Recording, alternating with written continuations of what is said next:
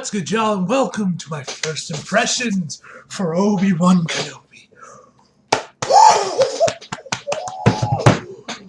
Us prequel fans, we eating good. We eating good. Finally, after years and years of being shafted, spat on, being disrespected, finally, the prequel fans are here. Us prequel fans are here. The sequels have had their time. The original trilogy has more than gotten their time. It is finally our time. We finally get what we want. We finally get more of our shit. Finally, we get the Obi-Wan Kenobi series that we have been demanding and wishing for since they announced those anthology movies way back when. Still wish Star Wars go back to something. I really like the idea of those anthology movies, but whatever. I guess the anthology series movies are now become the Disney Plus series. Either way, this show was fucking amazing. This is already shaping to be the best of the Disney Plus. Sure, you can call me biased because I grew up with the prequels and this is my era of Star Wars. This is Star Wars to me. Obi-Wan and Anakin and all that shit. This is Star Wars. This is what I grew up on. This was my childhood. And you would be right, I am probably very biased, but I don't give a fuck. Let me be happy for once, for God's sakes. We don't get shit these days, man. Us prequel fans, we don't get shit.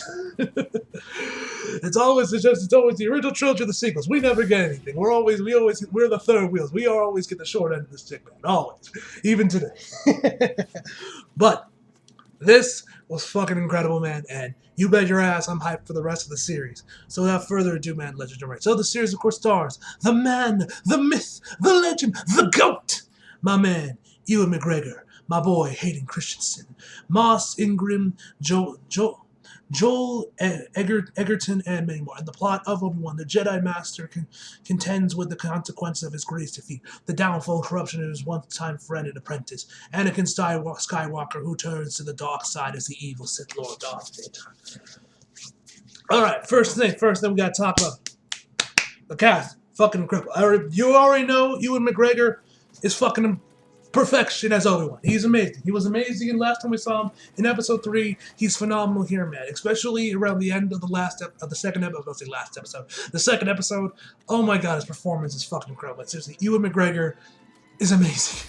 You have no idea how happy I am to see him again as Obi-Wan Kenobi. I've been wishing for this day since 2005. Seriously, he's amazing. Hayden, in like the little teaser we get of him at the end of the second episode, oh my god, it's fucking amazing. I mean, it's not really much, but just seeing Vader at all, it's always a plus. I was hyped. And I gotta say, as Moss Ingram as Reva, the new Inquisitor we got introduced in this series, which if I remember correctly, Inquisitors got revealed in Fallen Order, right? Or was that in Rebels? I don't know, but as one is like, I guess like the main Inquisitor we're going to be following. I thought she was really good. I'm intrigued by her character. I thought her performance was really good, but I'm definitely kind of intrigued with her character on like who she is and why she is so hell bent on fighting Obi-Wan. Maybe Obi-Wan killed his dad during the Clone Wars or something. I don't know, but I'm definitely intrigued by her character, and I can't wait to see more of her throughout the rest of these 6 episodes. Now, one thing I also love is I love the first episode. I love that the first episode, it starts off with a little, like, I guess, montage or recap of basically the prequels of, like, what Obi-Wan was up to. Just, like, it's, like, reintroducing fans of Obi-Wan and reminding us, in case we haven't already seen the movies 15 million goddamn times like I have when it comes to the prequels. Which, that was pretty cool to rewatch that old footage from episode 1, episode 2, and episode 3. Although it looks like they mostly just showed up episode 1 and 3. But yeah, that was awesome. But I guess I loved how the episode started. The episode started out with showing us Order 66, but it was these younglings with like their master or whatever train, and then of course the clone troopers come in there, and then we get this amazing one-take action sequence where she's just trying to get the kids out of there while deflecting the blast from the clone troopers. And oh my god, there's no cuts. It looks amazing. Y'all know I'm a sucker for one-take action scenes. You know I've been begging for them ever since they showed to me in Daredevil, basically every other Marvel movie and series to date, and I'm so happy we got that in Obi-Wan. Man, why we can't get this in the fucking MCU besides Daredevil will always elude me. Who knows? Maybe with Daredevil season 4 we'll finally get that. I pray to God we get the long take, one take action scenes once again in Daredevil season 4. But oh my God, I love it. Then the camera pans up when they're like getting out of there, and then you just see all these other Jedi's fighting clone troopers, and oh my God, it looks so fucking good. Seriously, directing this entire series from the first 2 episodes has been on point, man. Seriously, shout out to the directors for these 2 episodes, man. I think there might have been the same person, there might have been 2 1. I didn't really pay too much to the credits, but Jesus Christ, it's fucking amazing, man. Oh my God, this show is amazing. The score, great as well. I mean, if I remember correctly, John Williams isn't helping with the score with this series, and you can tell the score for the show has been fucking fantastic in these last couple episodes. So, yeah, and and one thing I liked, another thing I liked about this, from these first 2 episodes, is we see how Obi-Wan has been dealing with being opposed. How we just see the effects Revenge of the Sith has left on Obi-Wan, and I'm sure most of this shit has been delved in EU novels back during Legends and shit. Y'all know I'm not really big into the EU and all that shit, but I really like seeing that. And although I don't know about y'all, but did anyone else get like Jedi Fallen Order vibes from this? Because like it felt very much like Fallen Order with Cal and what he was doing after Revenge of the Sith and Order 66. Because they like both were doing like these menial jobs, while the Inquisitors are hunting at them. I don't know if anyone else kind of knows the similarities between those two, but I kind of know it's like this is actually very similar to what happened with Cal, in Jedi Fallen Order. Which I know we got the new announcement for the sequel in the trailer, which you guys will be getting a trailer reaction. I'll probably react to that trailer tomorrow, and you'll probably be seeing this video tomorrow as well. Recorded it's on Thursday or on Friday, right? But you'll probably see this video along with the reaction videos to the new trailers that dropped recently, including Jedi Fallen Order 2 on Saturday as well. So yeah. But yeah, I love that. That was really cool. It was cool seeing Luke again, man. But one thing that was kind of surprising, and this is probably the last major thing we're going to talk about before I give you guys my final version and jump into the spoilers discussion, is we see Leia in the series. We see Leia as a little kid, and I gotta say that was pretty cool to actually see Leia as a child, because we've like never seen this before in Star Wars. And before someone's like, actually we saw this in Legends. I don't read Legends. I'm not into Legends. I don't do. I'm not very well-versed into the EU. So like I said, for me, the last time Star Wars was just the movies and just a few of the games. Man, I didn't read the novels. I didn't read the comics. So don't give me that shit. It's probably true, but don't give me that shit because I haven't experienced that shit. This is my experience, like I said. But that was really cool. But no lie, watching Leia. First off, she's fucking savage as fuck. Like goddamn, like she's like talking with like one of her cousins, and like their cousins going on like, oh, you shouldn't talk to people that are lesser than you. He's like, oh, then I shouldn't talk to you. I was like, damn, Leia, that burn. I haven't seen a burn I haven't seen a burn like that since Rhonda fucking buried the Bella twins on an episode of Raw during the build of their match Evolution. If y'all remember that Raw where she like brought up Dee Bryan and John Cena, I was like, damn, bro, yo, get the fire to popping for this burn. Seriously, man, she is fucking savage in this series, and I loved her. I love the actress that got to play young Leia. I wonder if we're gonna get the same kind of screen time for Luke in the later episodes. Probably not, but I do hope maybe like one episode we get to see maybe Obi-Wan interact with like child Luke a little bit, and maybe set up their little friendship they would have in episode 4, that they have there when he's like, oh, it's Ben, he's cool and everything. It's just giving Owen's like, stay away from us, stay away from us. But yeah, I think that's about all I can talk about spoiler-free. Obviously, we'll get more into spoiler discussion a little bit because there's a couple things I want to talk about, a couple theories I want to throw out there, and yeah. But my final verdict for these 2 episodes, to the surprise of absolutely no one, I don't give a damn if you call me biased, I don't give a fuck, it's a 10! Out of fucking 10, ladies and gentlemen. I love this series. It's a masterpiece, and I already know it's going to probably end up being the best of the Disney Plus series. And I can't wait to see the rest of it. I can't wait to see Hayden again in full force. Hopefully James Earl Jones will still be voicing him, but at this point I don't care. I just want to see him and Obi-Wan talking something. Just give it to me! I'm so excited for the rest of the series, man. I am hyped. I am very happy that us prequel fans finally get to eat that. It's a good day. It is a damn good day. So, like I mentioned before, we will now enter the spoiler discussion. So for everyone that doesn't want to get spoiled, you haven't seen the first 2 episodes, leave now, or yeah. Anyway, guys, let's jump in. So, first thing we want to talk about, Leia gets kidnapped. That one was probably one of the most shocking ones to see, was that Leia actually gets kidnapped by these bounty hunters or whoever that Reva is sent in to get Obi-Wan because she's so obsessed with him, she's using him as bait because she knows that there's some kind of connection between Obi-Wan and Leia. Which it was interesting knowing that Leia get kidnapped, and of course Leia's father comes in there and asks and begs Obi-Wan to go and save her because he's the only one that trusts. And I remember and I tweeted this out too, that this whole scene gives a whole different meaning to "Help me, Obi-Wan Kenobi, you're my only hope" from Episode 4. I do wonder if this is somehow going to tie in with that at all, or not. I just thought that was kind of interesting. She's saving, child Leia, and of course, in A New Hope, she's like, "Say, help me, Obi-Wan Kenobi." I wonder if this is gonna kind of like lead into that and kind of play, and and it's like it's gonna connect it to that, man. But I just thought that was cool, and it kind of adds more to that line that Leia said in Episode 4. But yeah, I loved a little child Leia. But watching this episode, watch these two episodes, seeing Leia, this really puts us. But how much did man?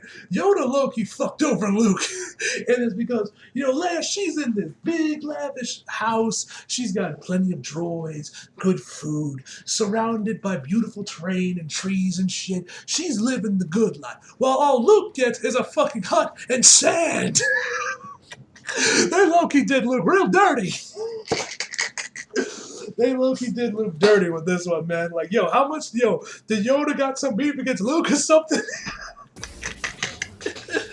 But yeah, I thought that was kind of funny. Hopefully, like I said, we do get to see more of Luke in the series, because I was shocked that we even got anything from Leia and how much of a big role she's been playing so far in this series. So I was kind of hoping, I'm kind of wondering if we're going to see her, Luke, get some sort of screen time at all, or if it's just going to be Leia. But yeah, seriously, shout out to the actress that we got playing Leia. She's fucking awesome, man. I think she captures a lot of what Carrie Fisher did when she was playing when she was still alive throughout the original trilogy and the sequels. So that was cool. But obviously, the interesting thing is when Luke goes on, when Obi-Wan lands on this planet, which I was kind of wondering when I saw this in the trailers, like, why is Obi-Wan on this planet? Why is he not on Tatooine? What the fuck? This obviously explains why he's not. But when he lands in there is a clone trooper in a blue helmet being like, "Hey, credits," and they never say who he is. Obi-Wan and the trooper just kind of, and the clone kind of look at each other. He's obviously still played by what's his name, who plays Boba Fett, Django, because his DNA and everything. But this is something I gotta ask for any of you guys that are like big into the EU and whatnot, who watch Clone Wars, Rebels, read the comics and the books and shit. Is that Rex? Like, because I don't know any other clone troopers that wear blue like that. I mean, I know there was like the whole command thing but is that Rex? Is that trooper that we see there Rex from the Clone Wars? Is that Rex?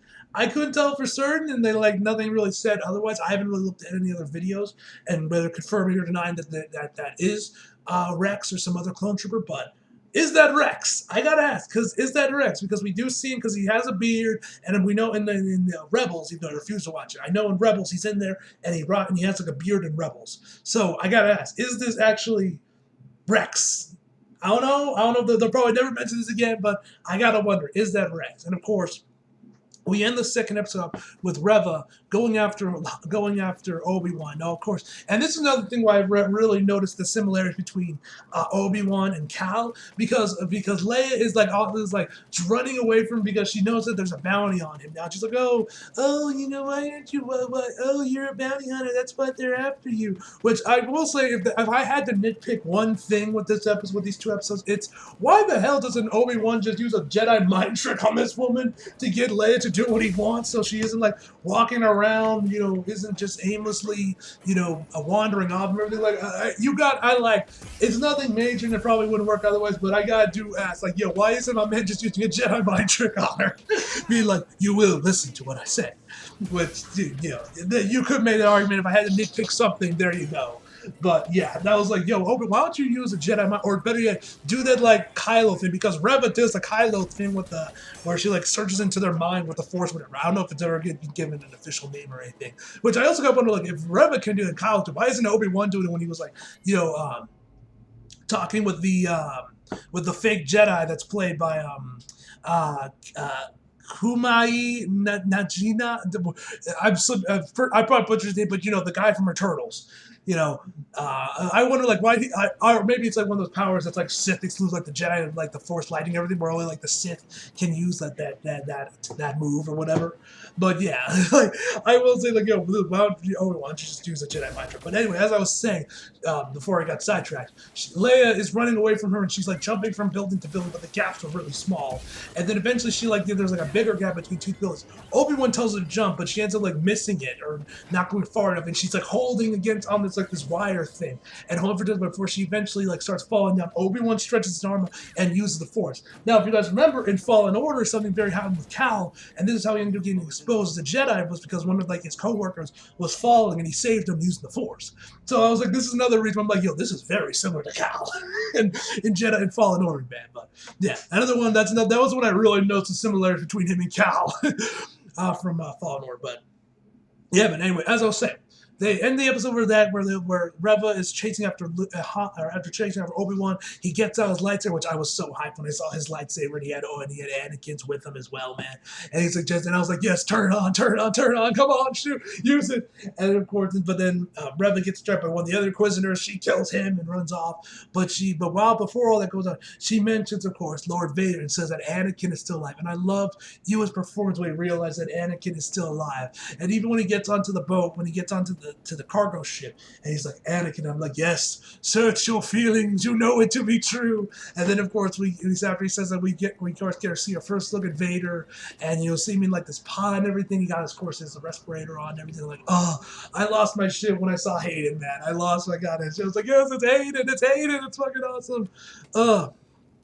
But yeah, man, super hyped for these two episodes, man. I know this review was kind of all over the place. Sorry about that, but yeah, man, I'm hyped for the rest of the series. I can't wait to see what else they're going to show off, and I can't wait till we finally see Vader and Obi-Wan and they finally face up, because you know it's going to happen. Man.